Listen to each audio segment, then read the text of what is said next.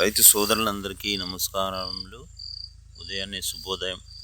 ప్రతి ఒక్కరూ పంట ఏదైనా కానీ రక్షక పంట మాదిరిగా లాస్ట్ చివరన అంటే ఎడ్జిలో చెండు పూలు ఇలా పెట్టుకుంటే ఈ పంటకు అది రక్షణ ఇస్తుంది అన్నమాట. చుట్టూ కూడా కంచెలాగా ఇది రక్షణగా ఈ పంట అనేది నిలుస్తుంది.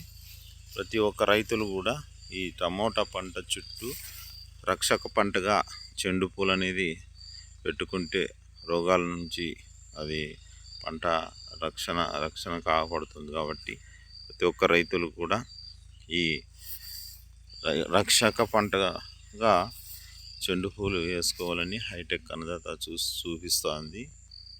అదేవిధంగా పంట ఏదైనా కానీ ఈ చుట్టూ రక్షక పంటగా మాదిరిగా చుట్టూ కంచెలాగా అట్లా వేరే పంట వేసుకుంటే బాగుంటుంది.